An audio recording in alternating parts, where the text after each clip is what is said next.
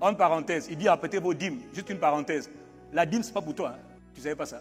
Parce qu'il y en a qui négocient avec la dîme. Non, en fait, la dîme, parce que tu as beaucoup d'enseignements. Bon, moi, je ne donne pas la dîme. Mais ça, non, parce que là-bas, on a dit qu'il faut pas. En fait, ça t'intéresse de ne pas donner. Moi, je n'ai pas besoin d'enseignement.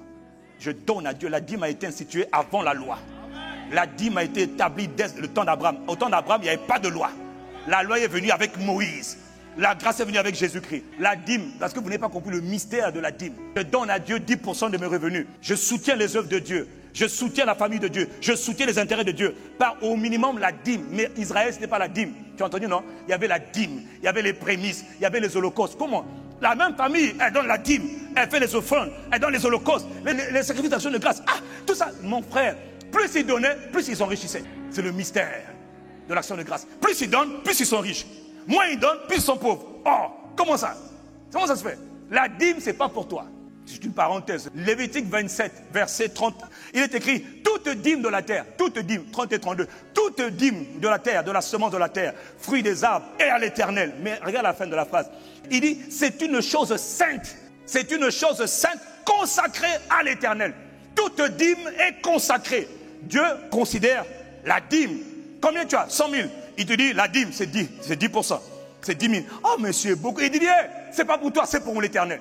Toute dîme appartient à Dieu. Tout. C'est comme l'impôt obligatoire pour les habitants du royaume.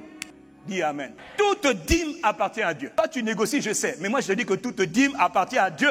Et pour Dieu, c'est saint. C'est-à-dire, c'est sacré.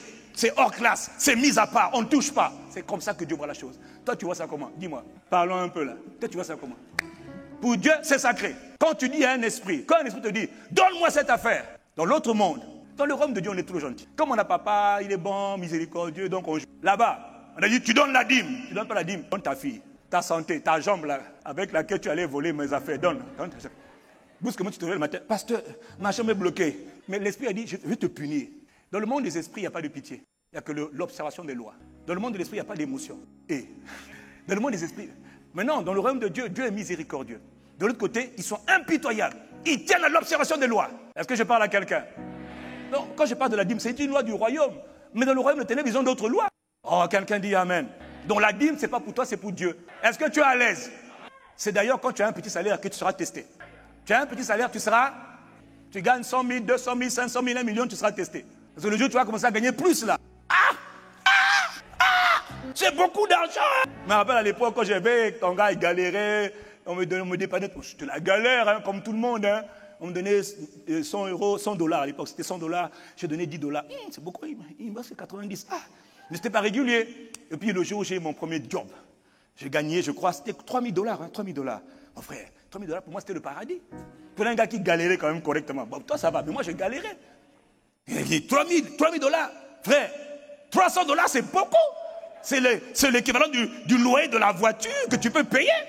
C'est là que je commence à faire des calculs. Je dis, mais c'est beaucoup d'argent, 300 dollars. Mais comme je t'ai dit habitué à donner à Dieu, je ne comptais plus ça. C'est pas mon argent. J'ai coupé ça. C'est consacré. Ça appartient à Dieu. Et puis après, quand tu es fidèle, il t'emmène plus loin. Il t'établit. Oh, mais est-ce que je parle là? Oh, mais est-ce que je parle là? Mais est-ce que quelqu'un comprend? Un an après, il m'a donné le travail. Après, j'ai gagné 7 500 euros, donc 5 millions. Là, c'était de l'autre côté. Hein. 5 millions. Pour toi, c'est beaucoup. Ah, moi, c'était beaucoup. Mais 750 euros, 500 000. Frère, c'était le loyer carrément. Sans que ça te coûte. C'est comme si on était en train de te couper le ventre. Seigneur. Mais comme tu étais habitué à donner quand tu n'avais rien. Dis avec moi l'habitude. Dis avec moi l'habitude. The power of habit. La puissance de l'habitude. Ce que tu as appris à faire naturellement quand tu es petit, tu le feras naturellement quand tu grandiras. Mais toi, tu es en train de souffrir. Ah, c'est beaucoup d'argent. Parce que tu n'as pas appris à t'entraîner. Et tu veux que Dieu te bénisse. Même si je suis Dieu, je te bloque. Dieu veut te bénir.